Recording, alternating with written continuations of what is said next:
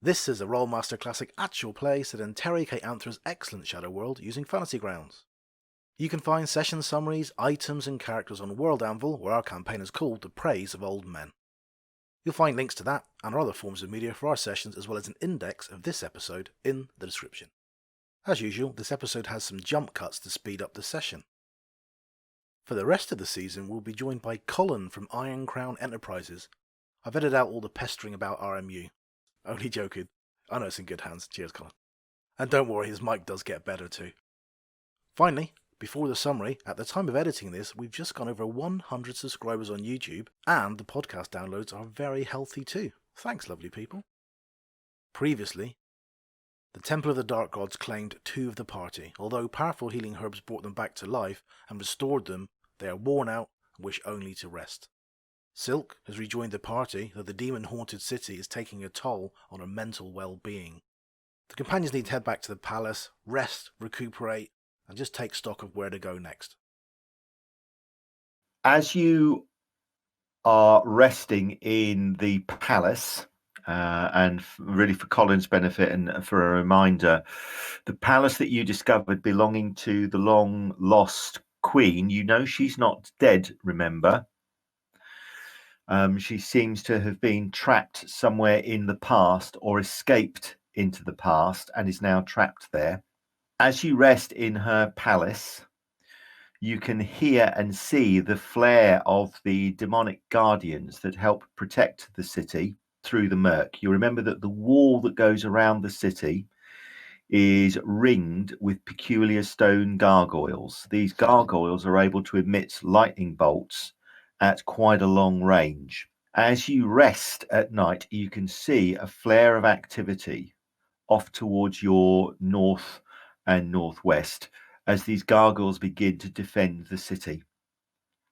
Lightning bolts pierce the black murk that fills the air around you, and they're obviously striking at something flying by. You can hear, after a short while, a tremendous crash as if something has hit the outside of the city and smashed into the water.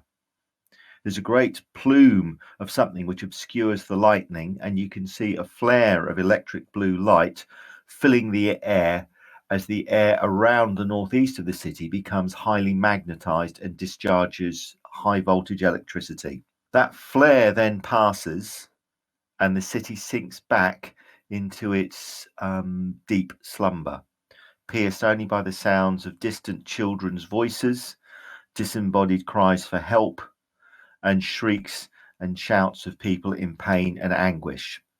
Another normal night in Melton Mowbray, in fact. You then, with nothing else to do, the walls of the city are far too far for you to really venture off to, just out of curiosity, venture back into your rest. You'll recall that, trapped as you are in the strange and earthly time flow of this city, you no longer sleep as well as you used to and no longer eat as you used to. Your body clock is becoming more and more disturbed and disorientated. However, when the equivalent of morning dawns, when you feel, and it's really through the Sylke and Ugnan that you're gauging time, as they exhaust their mana reserves and energy, they need time to recover these, and these seem to recovering at about the usual rate. So Ugnan, it normally takes you about 10 hours to go from completely tapped out to fully charged up. Sylke, similarly, albeit yours is manipulated a little bit by your ability to meditate. So it's Ugnan and Sylke who are giving you some measure of time, but even they are aware that time is passing slightly differently for them. Anyway, after the equivalent of a night's rest, or as near as you're going to get in this city, you, Intrepid Band, are ready to move on, but you can hear the distant cries for help. And going to the rear of the palace, you can see 2 figures staggering towards you out of the murk, looking anxiously around them. There is a short, stocky dwarf. This will be Jan's character. And there is a considerably taller figure with a large, impressive war bow to hand. This will be Colin's character. I'll pass over to you folks now so you can do a quick introduction. Obviously, Colin and Jan are going to have to work on their background a little bit to help them out. Colin, let's just assume that you were part of not so much an expedition, but a group of hired swords who were going to accompany a nobleman from a city, not necessarily Sylke, who heard stories of fabulous treasure and riches in an old abandoned city.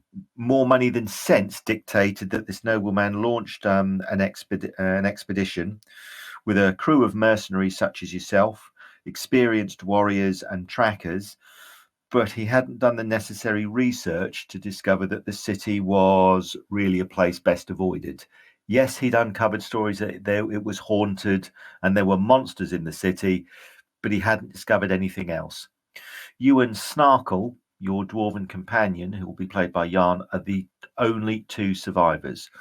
All you really can say is you were flying over the island, came into view of the city, began to make your descent, and all of a sudden the sky just became filled with lightning bolts that punched holes in the vessel of your ship, even damaged the iridium sheathing, which helps keep your ship afloat, and sort of turned it into so much molten rubbish. Losing its ability to stay aloft in the air, your ship lost altitude and plummeted suddenly into the waters. Crewmen who tried desperately to leap from the ship were also struck by lightning bolts. Those that weren't were savaged by rather horrible looking huge serpents which emerged from the waters, clearly hungry and voracious. You and the dwarf Snarkle managed to swim just about to safety. You obviously worked hard to keep Snarkle afloat because, like most of his kind, dwarves obviously swim like bricks with lead boots. You were able to help pull him to the walls. You've scrambled over the walls with some considerable difficulty and stumbled towards the nearest big complex where you could get a chance to gather your bearings and find out where you were, what was going wrong, and how you could escape. You struggle through the murk, Colin, and presumably it'll be this huge hulking figure with a great big two-handed sword called Cran, who blearily stands by the door and leans out to stare at you coming through the murk. Okay, how's that for an introduction? I like it. Perfect. Wonderful. It's good. All right. So you can role play this as much as you want, fellas, or just skip to the NPC cannon fodder. I mean, trusted companions, excellent. Follow us. It's NPC 35. Come on in. Why are they wearing red shirts? Yeah. I'll look over the jungle scene outside, just leaning there, chewing a bit of jerky, and I'll lean back inside and say, "Hey, there might be some others alive out here. That noise we heard, and that flash. I think that may have been a crashed ship. I don't think you can believe Hello, this. are you a demon? Hello. Not as far as I'm aware, but we need help. We need somewhere safe to rest. Sounds like a demon. Sounds exactly the sort of thing a demon would say to me. Yeah. Fuck, what do we do? He doesn't look like one of those weird child things or one of those big gangly things we keep having to kill. Well, let me shock Let us both of you. in, If he idiot. keeps his nose, he's real. That's- Should we just disarm them to begin with and question them? At this point, can I draw my bow? I'm not really sure. I can't even. Fucking it, they're attacking. Okay. Yeah, fireball. Yep. Excellent. Right, let's roll up the characters. This is going really well. I For mean, those people watching this on the stream, this is going to be a session where we show you how to roll up characters repeatedly. see, I can Okay, pass good life practice. typing. That will give me race, age, and current state of health, which would be. Obviously, we know this would work, but just in game to make it easy, it's a sacrifice of 8 power points. Yeah, I reckon it's a demon. Okay. Right, I'll draw my I'll get sword up close, and then and I'll put my hand on them, Right. one of them, and then if I smile at them, then you know that they're not what they seem to be, And if I just walk off grumbling, then you know they're all right. All right, I'll walk up behind him and I'll take the rag I've been polishing my sword, put that away, and just like look down the length of my sword as I'm pointing it at the strangers in the jungle. After you, Ugnan. Let's see what they do.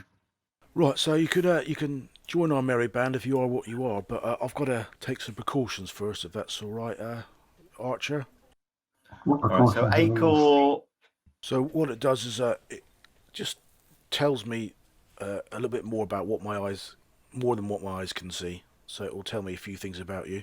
Just if you know this place, and I don't know if you do, but you can't trust anything you see or hear, really. I think that's Ugnan's way of saying it's not you, it's me. But you know. Yeah. Okay. So are you casting a spell then? So Acor, or rather the bowman, has his bow knocked. The dwarf has an axe lowered, Cran, before you get too excited, but gripped firmly. Snarkle clearly looks suspicious and looks over at you, Acor, and kind of shrugs and very quietly says, I don't think there's much we can do. We let them cast this, yes? Yeah, just on one of you. Cast it on me, but beware if you try anything, you'll hit the floor quicker than you can blink. No needs. Ugnan, they're fucking trusting it. Not been here for long if they think that could be anything other than demons. Okay, so Snarkle will keep his axe lowered, but looks at you rather suspiciously and is clearly on edge. Okay, Ugnan, you're going to cast your spell? Yep, so flamboyant gestures, incantations, and then touch him as well for plus 30. So quite a lot going on to this. This sounds like a spell. This sounds like a spell that could go wrong then, exactly. If we go through all of this palaver. Okay, I'll just make it 1-100 because there's no combat tracker to use. Oh, sorry, no, let me call up the combat tracker. I'm sorry, I forgot to share that with you. There you go. Sorry, there's the combat tracker. My apologies. That's fine. All the while my arrow is trained right on the centre of your foot. Calm coolness, Ugnan, with an arrow pointed at him, shrugs and thinks, well, you know, this is my lot as a healer. I'll nudge Ugnan in the ribs. I don't know much about your capabilities as a healer either, mate.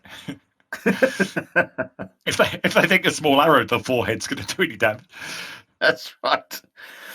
Yeah, don't need to threaten me. You've seen me, right? I am the most unthreatening looking character that's ever been created. I'm a pot-bellied, middle-aged, balding healer. Okay, so what will your spell reveal? Analyzes one living being, giving race, age, and current state of health. You can tell that Acor is human. He's, I don't know, probably around about 30, I'm guessing, Colin. He's a high man who's like 200, I think. Oh, right, okay. So the equivalent of this, okay, about 200. So middle age, but on the young side of middle age, so sort of almost prime of life. And healthy, but tired, but not demonic, human. Okay, I'm going to just turn around and start grumbling about more mouths to feed. Okay. Ugnan seems happy, Cran. Nothing untoward has happened to Acor at all. So Snarkle, the axe just dips even more. And Cran, you can see that his knuckles are obviously just a little less white. He's loosened his grip on his axe. He can see that the spell that was cast hasn't had any ill effect on his companion. All right, I'm going to put my sword away in the sheath at my back and say, "Come on, you big fucker!" and go over and give him a massive hug. Come on, you need some food. I'll put my bow and arrow away and be like, "Food will be very welcome." Okay. So the two can tell you that they were part of this expedition. I hope that's all right, Colin, as some sort of very quick introduction. Yeah, very good. Okay, so they were part of an expedition that clearly the person who employed them, a minor princeling, really hadn't done much research at all. They didn't expect anything like a defended city to explore. They just thought there'd be a ruined city with old temples, palaces, and so on to loot and to raid and so on. Instead, they were hit by these gargoyles. And it will probably be, well, either Acor or Snarkle will ask you about the city, about what the hell were those gargoyles, and who on earth are you? Did you come here on an expedition as well? At which point, Cran, how much of your story do you want to reveal? Do you want to tell them that you're in search of these artifacts, or do you want to keep that quiet? What's your story? So I'm going to just explain my background, so I can do that live, as it were. But no, not right now, because we know that there may well be enemy agents that are heading here, and these could be them. So we don't know yet. Yep. So all I'll say is, and we'll do this over like some Scran back at base. So name's Cran. We're kind of similar to you. Got here, we're exploring, we're looking for that stuff. Although we didn't crash, and we're looking to aim to get out of here. But as you can tell by the, he looks down at himself, the beautiful tan here. I'm from very, very far north. He looks over at. Was it Acor? You're a high man, yeah? Yes, he is. Yeah. Yeah, so he looks over at Acor and says, yeah, we could share some sort of great-grandfather looking at you. You're a big bastard as well, aren't you? And then he describes his background. He grew up with basically a nomadic tribe who, hunter-gatherers, for want of a better word, but he kind of says, yeah, I left that to become a mercenary. Wasn't really for me. Looks over at Ugnan and Sylke when he says that, and expects them to be really quiet. And wound up here. Didn't really like Sylke much. That full of, I don't know, really funny smells, concrete stuff, bricks, bloody awful. But they have these things called toilets. They were quite useful. Oh dear. And he starts glaring at Sylke as he notices she's about to say something. She has her finger up in the air, her mouth open. She sees the glare and shuts it. And then he throws a bit of jerky over Sylke's way. Chew on that, Sylke. And so that's me, really. Mercenary. Don't really want to be here myself. Oh, my bird's on a ship. Trying to get back to her as well. I'm sure Arissa knows that she's your bird as well, Cran. I'm sure she'd be delighted to be called that. This is a little bit like an episode of Minder, where you have this character who always refers to his wife as her indoors. And throughout the whole series, which ran for, I think, about 4 or 5 years, you never saw her. This, I think, is going to be your own flame, Cran. we never actually get to meet her or see her. No, exactly. Okay. Do any of the rest of you want to say anything about yourselves? Snarkle can tell you that, similar to Cran, he's a mercenary, really, a sellsword.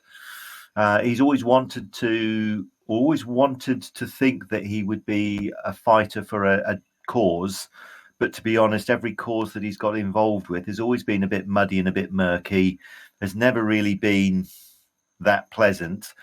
So he's quite cynical and despairs that really there's any cause that's truly worth fighting for. And to be honest, he doesn't really much care anymore. That's not to say that he's completely amoral, and he'll shrug. What do you do in what's essentially an amoral world? You try and hope that you'll be a better man than the person before you, but so much of the time that just leads to yet more disappointment. I like this guy. I like your outlook. Yeah, that's perfect. You'll fit right in here. Sylke, do you want to say anything about yourself as now the only woman in the party? Sorry, Victoria. I'm terribly sorry. Exactly. Sorry, this She is actually really a modern shuts game because this obviously, we don't believe in binary characters in this game because we've got Victoria. We're a completely LGBTQ plus friendly game, clearly. Sorry, Victoria, I completely forgot that you've changed sex. All right, Sylke and Victoria, do you want to go next and say anything about yourselves? I mean, you can keep it brief. Just a summary, really, for Colin's benefit, if you wish. Go ahead, Vicky. Oh. Tell them how you became a female. No, I don't think so. It's still a it only happened a few days ago. exactly. Well, my name's Victoria, formerly known as Victor. Yeah, some things happened. Oof. I just joined these guys because they seemed like they need some help in doing this mission. Yeah, Victor Not was really actually much one to of say. the. No, Victor was actually one of the crew on the airship, one of sort of the hired Marines as such. And when the party regrouped after exploring the island just before the city, Victor, as he then was, volunteered to help them out because they'd begun to realize that they needed a little bit more muscle and manpower. And it turned out that actually Victor, or as she is now Victoria, was a far more skillful fighter than probably the people who hired her realized. And she's turned out to be more than just a good fighter. She's become very much of, Cran's right arm almost, and, a staunch member of the group. Okay, so that's Victoria. Sylke, what do you want to reveal about yourself? Silk just kind of gives a wave, but looks away. You see that she's very drawn, haggard looking, more so than, well, not that you'd know more so than usual, but she's let herself grow weary and wild-eyed, not really caring about her appearance more than normal. Okay. Cran and Ugnan, you've been obviously with Sylke for, I would like to say a year, but it hasn't. If you look at the adventure logs, you've actually not been adventuring for that long, in truth. It's been really quite packed. However, you've been with Sylke for some time. You are aware that she has been badly affected by the demons in the city, not so much in terms of physical damage, but clearly there's something in her past which you've picked up on, which has left her very vulnerable to both fear and also the stress of being in what is, pardon the cliche, a demon infested city. She is struggling to cope. And certainly Cran, and certainly you too, Ugnan, you'd be aware that she's beginning to exhibit signs of battle shock. Right. I'm going to sit down. I'll sit down. I won't say anything because I don't really have anything in common with Sylke other than we've been together for a long time and she's got my back and I've got hers. I get tongue-tied around her because she's so attractive. So I'll just sit down next to her and pass her some half-chewed jerky, which seems like the friendly thing to do in my clan. Okay. She'll take it. She'll munch it. Ugnan again is probably he's a man of few words unless there's some sort of intellectual problem to unravel, which is what he quite enjoys. Ugnan, do you want to say a little bit about yourself? Sure. He's 5'8", so about sort of average height. Middle aged though, greying hair. Actually, quite a good appearance now. Looking at my character sheet, 98. So I must have lucked out there. But but old, yeah, but quite old guy. Bit portly. Again, you probably wouldn't know this, but actually, I imagine in the month we've been together, he started to lose a bit of weight from all the running around. He says, I look after the healing, really. Try and keep these bunched together, keep them patched up. I haven't been doing too good a job, unfortunately. We all lost two of our number. They're sitting back up in the top part of this. I don't think they're all there yet. So a couple of extra swords might be a bit useful. And my business is really my own until I fully trust you, but you can trust me as long as you don't try and betray us. And really, I'm after a few bits and bobs in this city so that we can get them and get the hell out of here. And I can see the lass over there is starting to feel the strain a bit, so the sooner the better, really. And we're almost done, I think. We've got one more little thing on our shopping list to go, and then we'll go. And if you stay with us, I'm sure we could get your lift out of here on a ship. Snark will look up when you talk about your shopping list, Ugnan. And he's gratefully sort of chewing on some of Cran's jerky. He looks up. And you can see he's reaching around the back for something. Cran tenses for a little bit until Snarkle produces what seems to be a quite well-worn pipe. And he taps it against sort of the side of his axe to just dislodge some of the old baccy that is lodged there. And as he lights his pipe, he looks at you and says, shopping list. What are you looking for then? Valuable, is it? Not in gold coinage, but the level of knowledge that scholars would be able to talk about for ages. I mean, well, there is no price on that. I mean, okay, it's not going to get you much money in a market, but in a library, God, we could talk about that for hours and hours and hours. Okay, he looks across at Cran, and he looks at Victoria and says, you'll excuse me, healer, but you guys don't look like you work in a library or work for a library. Look, understand where I'm coming from. I'm just interested in helping Acor get off this island, but obviously we're going to need some coin at some point. And we were told that this city was dripping with treasures. This palace, and he points around you. Find anything? You've obviously taken it over. Find anything? Oh yeah, it's coins. Did we? Yeah, there's some old shit around here, but we got to get out with it first. Coins, He weapons. puts his hand up and says, no, I see that, and I'm with you. You can have the use of my axe, but just understand that, and he taps himself, this is me, this is what I've got. There's no palace for me to go back to, there's no house, there's no missus waiting for me. This is it, this is me. And he pokes a thumb at Acor and says, and him, of course. Do you My mean buddy, but you this is what I got. He's my wingman. This is us. This is all we've got now that the bloody ship went down. We ain't got anything, so we need to get something together. We need to get some coin. Ah, right. Is that all Fair you're enough. talking about? Yeah, I mean, equal shares, of course. You ain't employees. I mean, quite frankly, Yeah. you've dropped into a right shit show. And he looks around and he grins and he begins to light his pipe and he says, "Yeah, we can see that."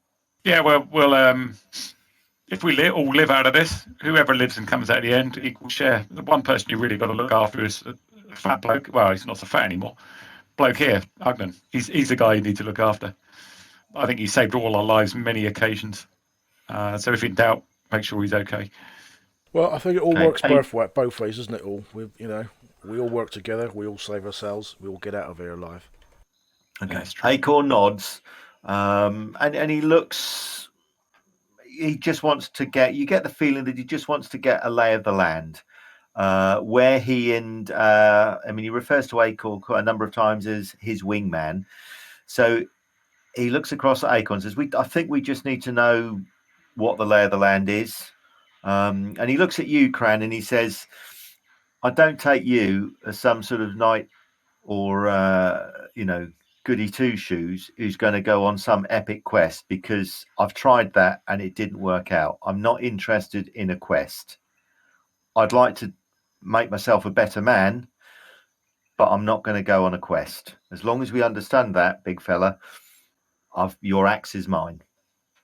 So Cran looks a my bit axe is uncomfortable. yours. Got that the wrong way round. Cran looks a bit uncomfortable when he says that to him, and says, yeah, I never took myself for the questing sort either. But any help you can give us is fine. And some quests, if there's a bird involved, for example, they're definitely worth doing. He stands up and he cracks his back a bit and his neck, and you notice he's around 6'7". He's about probably approaching 300 pounds. Cran is massive, but he's very quick as well. And he's walks over fairly fast to the door and says, everyone ready to go then? Sylke, have you finished chewing? Your mum did teach you well. You must chew 100 times per swallow there. Silk nods. Do we know where we're going? Right, so thank you for the introductions, folks. Acor, is there anything you wanted to add to that exchange, or were you happy for Snarkle to sort of set the scene? I mean, that was really Snarkle talking. You and Snarkle have, because of your employer, you came to realise that you two were about the two best and most competent sellswords warriors, mercenaries on the ship. And you realised that most of the other group either you couldn't trust or were frankly useless. So you kind of kept an eye on each other. So you trust each other, even if you don't know great details about each other. I think the only thing I'd add is that throughout the whole exchange, Acor was watching with a look of sort of vague disdain for most of what was said. His Okay. eyes perhaps softened slightly at the sight of Sylke and her clearly sort of slightly troubled ways, but he just sat there quietly, Okay. taking it all in. Okay. Would it be true to say, Colin, that Acor is much more willing to do something vaingloriously heroic, whereas you're not quite as cynical as Snarkle? Snarkle is weary of quests that just aren't worth it. Yes, but I don't think he'd ever be sort of open about saying that Yeah. he's willing to do something. Okay. Yeah, I've got it. Okay. So, folks, if you now look at your overview of the city, Cran and the rest can give you a quick overview of the city, Acor and Snarkle. So you've got a sort of a feeling. They can tell you that have explored some parts of the city. They didn't come across, before Snarkle asks, they didn't come across great hoards of loot which remain untapped. Clearly, as Ugnan intimated, they're looking for an item to complete the list of items that they're after. Where do you folks want to go now? That big blue arrow, is that where we're going next? Yeah, there's this strange rocky outlet which sits in a walled off bay, whatever that is. Not far from it, there's a large sandstone courtyard as well, and that's where Cran was suggesting you explore next. If you'll recall, the item that the last of the portal rods that you're looking for, you were told is, or Cherry got a vision of the portal rod in some sort of crystal cave or some sort of chamber surrounded by crystals, and there was a sound of water all around her. So you're kind of thinking about going towards some water where there are some structures that you could explore. And obviously there aren't that many left. You venture out of the palace that you've been sheltering in. Fortunately, as you're well aware, there are remnants of the path and the roads and trails that used to crisscross the city when it stood on the island in its full glory. Most of those roads, paths, trails, and so on have now become slowly taken over by vegetation and so on. But enough of them remain that you can track and follow yourself to approximately this point on the city. To your south, you can dimly see the outlines of the big temple that you have just escaped from, which was here. So this was the temple that you had explored and have now escaped from. The air is filled with this black swirling fog, almost as if somebody has had a bonfire, such that there are sort of smuts of blackened paper floating through the air. The air is also got a faint metallic tinge, Acor, which the rest of the party just don't seem to notice. You know, you pause from time to time and sort of wrinkle your nose and just wet your lips. The air is definitely metallic. There's a faint salty taste almost of copper on the air. There's no scent, but the air tastes of copper. The rest of the party seem oblivious to this and carry on regardless. Distantly to the left and to right of you, you can hear faint calls for help, but the calls for help are somewhat odd because they're asking, for example, for help. It's on fire. It's on fire. Please, please, the roof's collapsed. You can hear the sound of a roof collapsing, and then the voice repeats itself again. It's on fire. The roof's collapsing. And the same sound of the roof collapsing again. If you stop and ask the others, did they hear that? They wearily nod and they'll say, ignore it. It's either a trick or it's some sort of distortion. and they trek on. And for both Acor and Snarkle, this is probably the most unsettling part of their trip through the city. The fact that there is so much basic weirdness going on that the majority of their party just shrug and ignore. Yeah, that's normal. That's Tarek Nev. That's what happens. As the path begins to break down totally, to become swamped by vegetation, you can hear the sound of the water, but you can't obviously see it.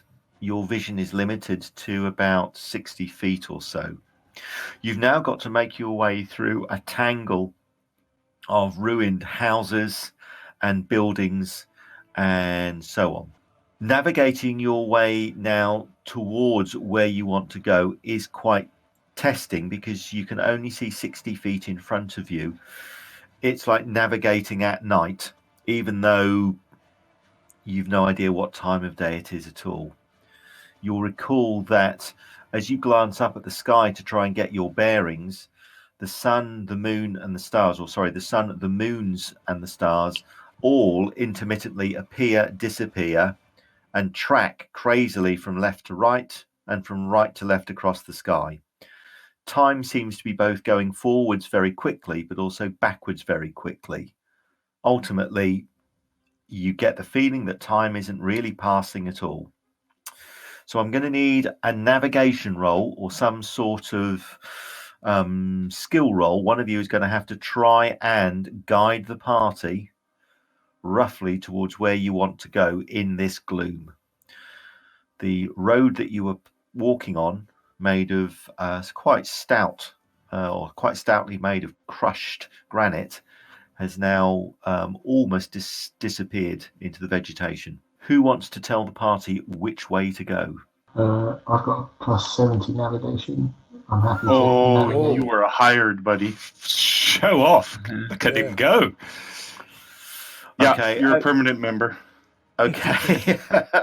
Michael, can you give me a skill roll, please? So to do that, if you double click, you're all over it. Thank you very much. Color dice too.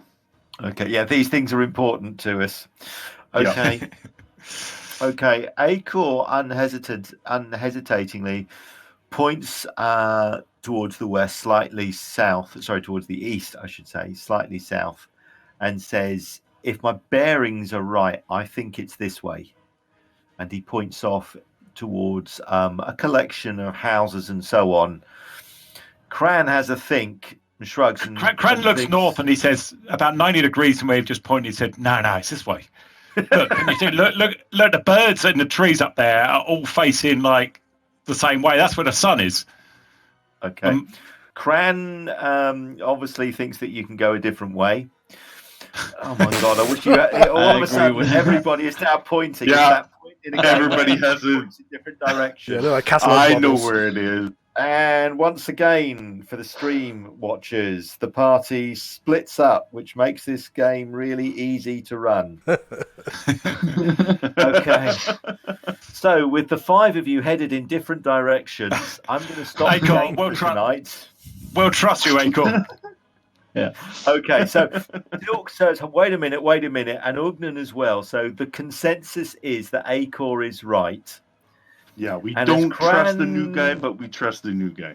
And and as Cran begins to think about North, Cran's thinking, okay, most everybody else thinks it's the other direction. I could be wrong here, but the last laugh will be mine. So Acor leads you, or rather suggests that you head through a tangle of fallen buildings. This part of the city is quite quiet.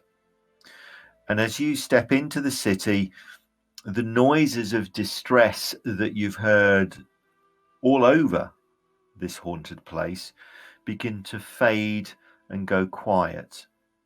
The air is still thick and heavy with threat, but as you head deeper and deeper into the tangled buildings, there is a great feeling of loss and sadness.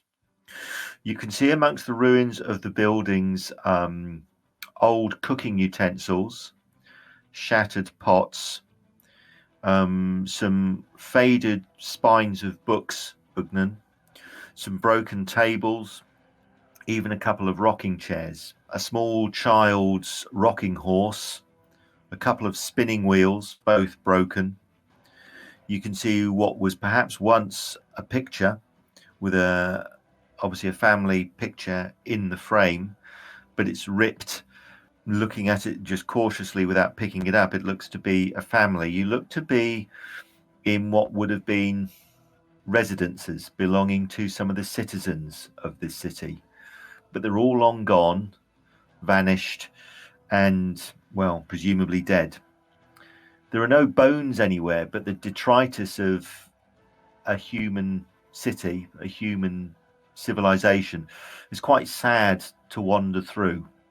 At one point, good or evil, Tarak Nev was home to hundreds, nay thousands of citizens who lived and loved and died, married, had children, ate together, partied together, feasted together, warred together, warred against enemies, defended themselves against enemies. And all of those people are now gone. And all that remains are the demons that have occupied this city. Heading deeper into the ruins, you can see that these houses, some which have slightly higher walls, were probably at one point maybe 2 stories. So Tarak Nev was a fairly civilized city. That is to say, construction techniques were advanced and the people clearly lived quite well. Before too long, however, you come in sight of what is clearly some sort of large courtyard, and I'll push that map through to you now. The courtyard itself is quite wide and is clearly made of some sort of very pale sandstone material. Inlaid in it, you can see what looks like some sort of golden filigreed embossment and decoration. The gold, even though many, many years have passed, still glitters slightly, even though the air around you is dark and black. Vegetation has begun to creep into the courtyard. You can see vines and you can see grass beginning to stick through, stubbly, yellowish, sickly grass beginning to penetrate through the cracked stones. Clearly a battle of some sort took place here, because you can see scattered about this courtyard, you can see weapons, you can see axes, you can see spear shafts, you can see the odd broken arrow, you can see swords of various descriptions, both long swords and short swords, long and short in terms of length. You can also see lying in the center what looks to be a large sort of 7 to 8 foot tall armored figure. The body seems to be clad in some sort of golden armor. What strikes you about about this corpse or this motionless figure, apart from the outlandish golden armor, is the huge wings that seem to be part of this creature. The body is face down, humanoid, with great white wings at odd angles. So they're not stretched out evenly. One sticks slightly upwards to the left and one is down to the right. The figure is holding in its arm what looks to be, could be a large sort of polearm or spear. You can't tell because it's lying on the body. Nothing else moves in the courtyard at all. What do you want to do? Well, doesn't bode well. No. I'm just trying. What the winged peoples were? The Amarishi. Were they the winged people? Yes, they were. If you've seen any Weren't pictures or anything, do they look similar to this? You had visions, didn't you? You came across a pool that you could throw coins into. Yeah. And when you threw those coins into the pond, you got these random visions.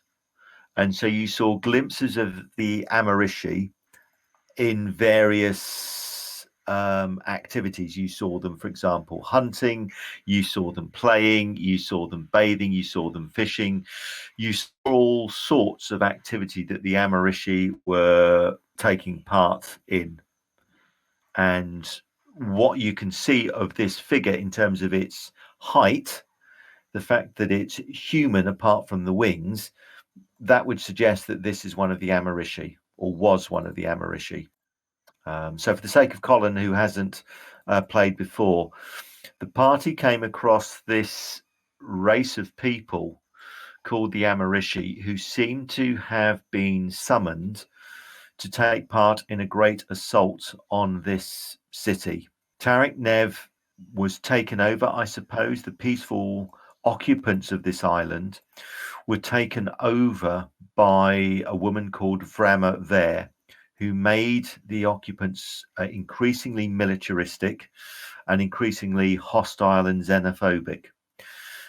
Summoning dark powers and the so-called dark gods of Nereti, that's the name of the people, the Nereti, she waged war on nearby countries. And although these countries and kingdoms were much larger, with the aid of the dark gods that she had brought to the island, she was able to wreak tremendous harm on local kingdoms, communities, and so on. Seeing that this was a terrible threat to the stability of this part of Emma, lawmasters summoned a great host that descended on the city on one terrible night and defeated and crushed both the Nereti people, destroyed much of the city, but also drove the dark gods of the Nereti into exile and oblivion.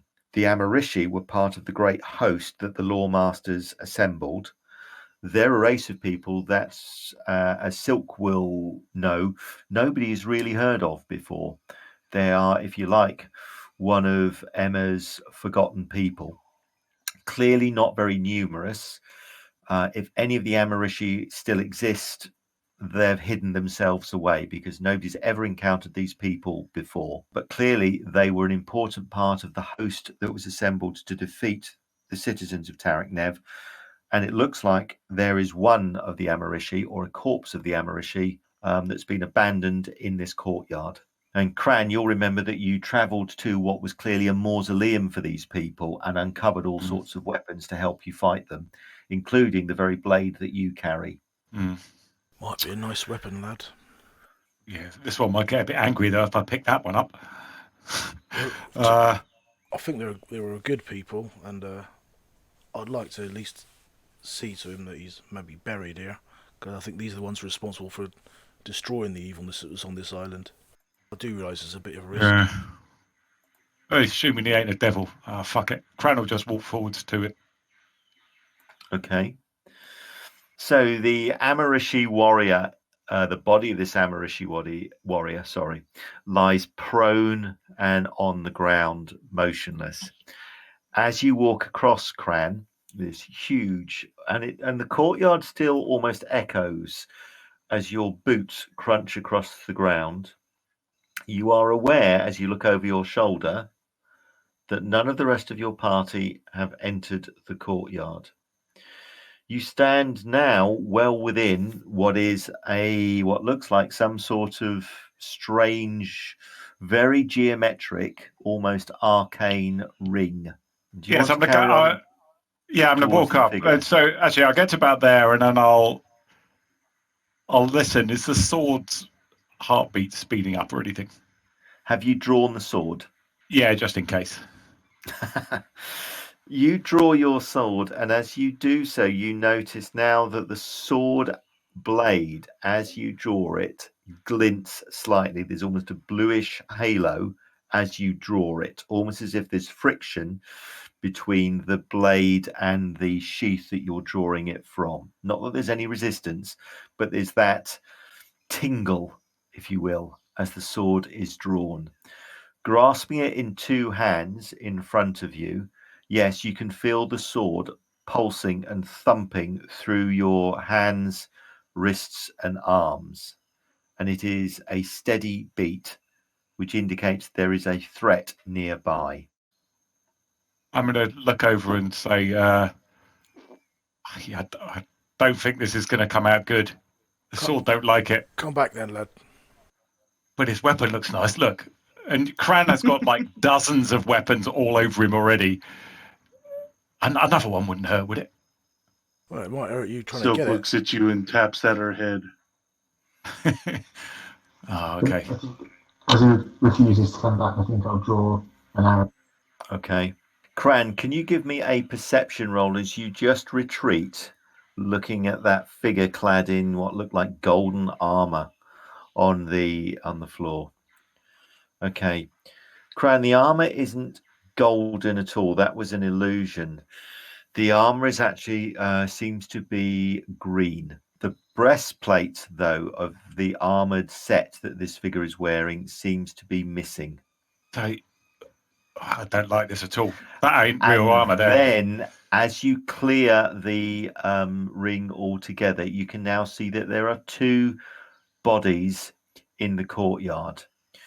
You can see the golden armored Amarishi is still where you first saw him, but you can now see there is a fountain not far from the body, just off center, and resting against it is a second figure, this an entirely human, clad in greenish armor. But the fountain was clearly masked from vision by some sort of illusion, hidden as it were. And you only pierced that when you stepped through the circle. Now you've stepped out of the circle, that illusion comes back into life, as it were, comes back into existence, and it masks the presence of this second warrior. So there are actually two bodies in the center there. Okay, so I'll say, I can't work this out, Agnan. There's like, I step forward a bit, and I'll step forward another 5 feet, just to confirm my theory. Yep, and Yeah, now you there's can another see, body. yeah, clad in green armor, though the breastplate seems to be missing. So I come here, Agnan, and there's fucking weird. There's like another body there, and he's got green armor on and breastplate missing. Step back, look, can you see? And it's gone gold again. Alan takes a little step forward and peers in. Green, gold. So there are two warriors in there. One Amarishi lying prone on the ground in gold armor, which is visible at all times. There is a second human warrior clad in green armor that you can only see when you step into the circle. Okay, step back again. That's interesting. Well, from my point of view, we've had a little look. It's not what I thought it was. Don't think it's on the list. Should we circumvent? I mean, should we go round the circle without touching it? Circumvent? Yeah, all right. Okay. That a little known knight of the round table, circumvent. Well known for having lots of holes in his armor. Oh my. Okay. Steady. Sorry, yes. So Snarkle pauses and he steps forward because he can hear his companions discussing leaving. And he says, what about the armor? And that winged thing, that angel, is wearing a crown. It's got to be worth something. Probably is. But Yeah, it's probably illusion as well, though. It could just be a crown of thorns for all I know. It's a crown of silver. It ain't no crown of thorns. Are we just going to leave it? Just take a step next to Agnan, and I'll step up to Agnan as well, and have a look now. It looks a bit different. Nothing here is what it seems. They've got to have a Okay, look so- at that Snarkle. Wouldn't go in and touch anything, though. Right, well, Snarkle will step up and he'll step through the ring, and then he'll see this corpse as well with the green armor. And he's not a fool, but you can see, there is, and you can see as well, the Amarishi warrior, whoever he is, was clearly a lord amongst the Amarishi, is clad in what genuinely looks like golden plated armor. You hope it's not solid gold, because that's not going to give you the best armor protection. But it looks to be some sort of golden sheathed armor. The pole arm that lies untrapped underneath the body could be a decent weapon. But that crown that this Amarishi lord is wearing although the silver is slightly tarnished, yeah, that could be worth quite a lot of money.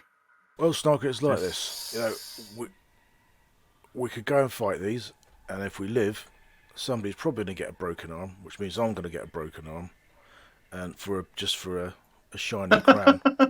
So we've got to try and weigh up the possibilities here. You know, some might call it risk versus reward. You know, I'm not that learned.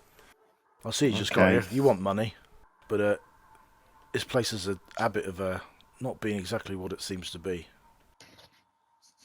Okay, Snarkle will look over his shoulder at his wingman, Acor. Snarkle is aware that he hasn't got any money, but Snarkle isn't motivated solely by money. Unfortunately, Acor sort of acts as his conscience. So he looks over to you, Acor, for a bit of guidance. And he's, without saying anything, Acor, he's kind of asking you, well, do I go and get the crown? Or do I listen to these guys and just leave this? Acor has his bow at the ready, but kind of gives off a very slow, almost imperceptible shake of the head. Okay. Snarkle looks over and kind of bites and chews his lip, and he looks at you, Cran. And Cran didn't notice that exchange at all. And he shrugs, and you can hear him mutter, seems a bit of a shame, really. It's a nice bit of silver, that is. You could melt that down. But if it's money you want to fight for us, if you're a mercenary, we can pay you later. What do you want a day? If you don't want to share of everything we find it's safe. No, I just... Okay, and Snarkle looks at you, puts his head on one side, and he just says, it's a bit of a funny band you lead here, big man. If you're here to explore, and there's clearly something that's worth quite a bit there, but it's your band. You know, me and Acor are just grateful to be part of this. It's your call. You know, I don't want to cause problems, but just seems a bit of a waste, really. But then he looks across at all of your weapons, Cran, and looks at the quality of the weaponry that the rest of the party are carrying. I mean, he's clearly impressed. I mean, you are a very well equipped. I mean, if anybody casted a detect magic on you, you'd be able to see the flare of light thousands of miles away. So he's clearly impressed with the gear that you've assembled. So you clearly know what you're doing, and you've got some wealth behind you. So, all right, seems a bit odd to just sort of leave a silver crown sitting there, but you know, I mean, that's fine. It's your call. Crown from Now, if I may, I was under the impression that all dwarves spoke in a thick Gaelic accent. Yeah. Good luck with that for your stream.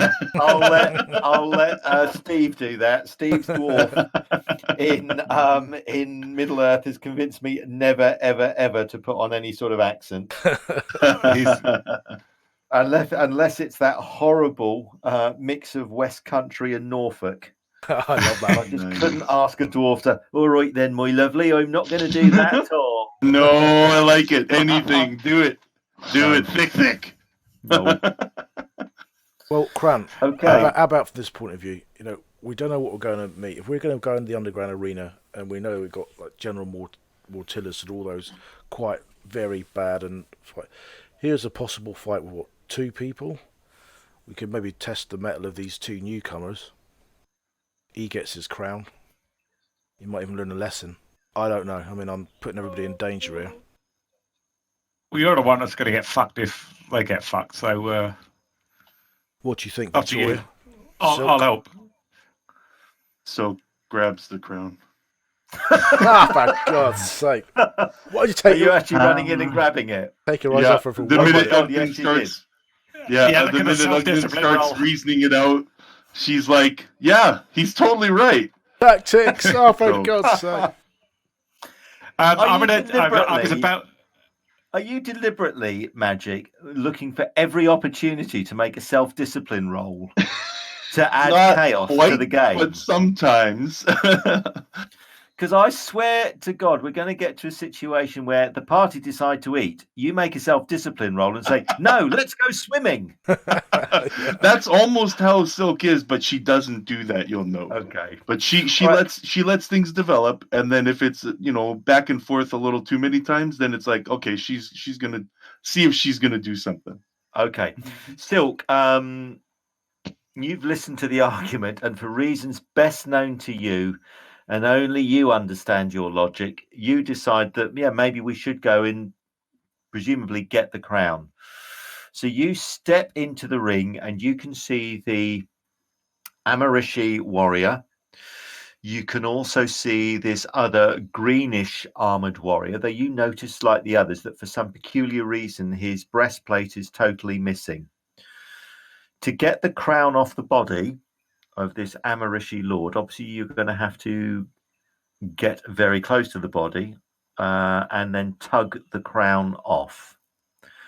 Cran, Ugnan, Snarkle, you notice obviously and can see and feel that Sylke then just very briskly walk past you and nonchalantly go up to the body and make to remove the ring, the crown. So Cran is in process of like taking some weapons off his back. He was going to give one to Snarkle and give a bow to Acor because he can't really use them.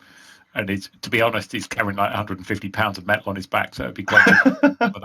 And he didn't really notice Sylke walk past, so he was like had his pack shoulder off, and he was just trying to get some stuff out of a scabbard. And now he's kind of looked up and says, "Sylke, what the fuck are you doing? No, come back." Okay, can I have? I think you've all got the combat tracker. It's that time of the evening where I ask you to. Can you all make initiative rolls, please? You could have used a spell to pull it off his head, you bleeding silly cow. She might still do that. She does have Cran, that is fine initiative for the start of the day there. Okay, so I think everybody's rolled their initiative. Excellent.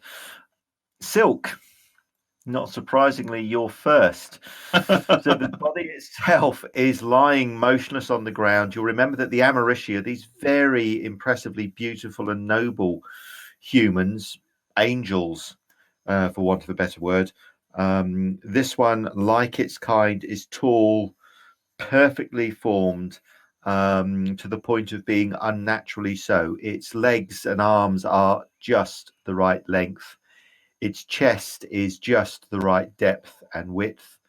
Its face, as you approach the body, has got just the right sort of jaw, just the right sort of earlobes. It is perfect in every single way, to the point where its handsomeness impinges on beauty of a very unearthly sort, like all of the Amarishi.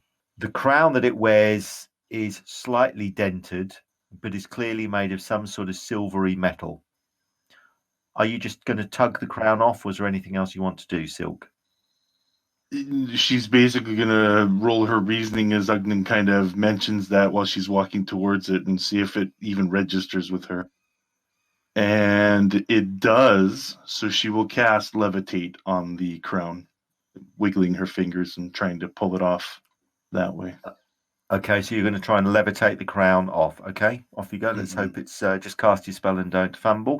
What I want you to do, Sylke, is this spell roll. As you begin to cast the spell, you can feel the air around you thicken dramatically. Okay. So the spell roll is going to be very hard. Very hard. Done. And base attack. Yep. Thank God it's not FRP. Okay. So as you cast that spell, you feel, without sort of seeing, the air thicken, almost as if you can almost see your breath as you incant the words. And as you move your fingers, it's almost as if you're moving your fingers through water. You can see faint trails as your fingers move. The head begins to shift and move slightly, and the body of the Amarishi begins to twitch as its head begins to distort, and the crown begins to lift and move. The rest of you, can you please make perception rolls, please? Sylke is obviously focused on her spell, and with some effort that she didn't realize or didn't appreciate, gets her spell off. The rest of you at a distance are much more aware of the rather peculiar change in the air. The air change to your alarm, Cran, Ugnan, and well, the rest of you, occurs within the circle that she and only she stands in. As her spell finishes and the crown you can see begin to shake and shudder, you can see that the inner golden circle begins to glow very faintly with a rather reddish hue. As you look at Sylke, you notice that it's almost like looking at her through a mirror. Victoria, you can see the shimmer and change inside the circle. It's as if Sylke is in a greenhouse surrounded by glass. What do you want to do? All you can see is Sylke waiting for the crown to lift the body, but you can see that it's almost as if some sort of shimmering is now surrounded the inner circle. What do you want to do?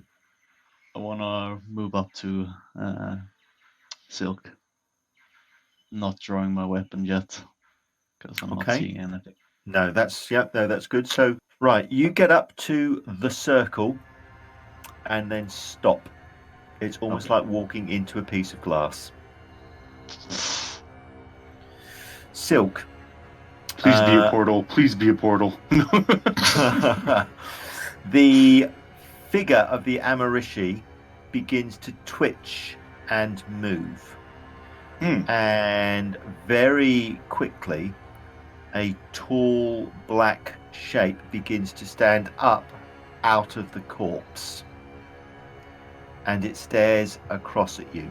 The corpse lies on the ground with its wings, broken wings at different angles, body with a trapped weapon underneath it, perhaps some sort of glaive or pike.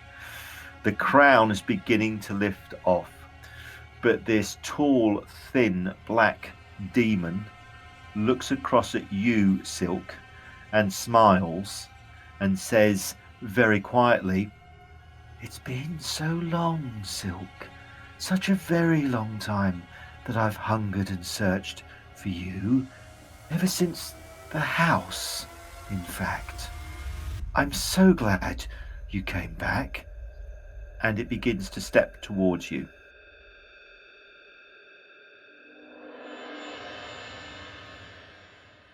Oh, what have you done, Sylke? Thanks very much for watching, listening, subscribing. We'll catch you next time. Cheers.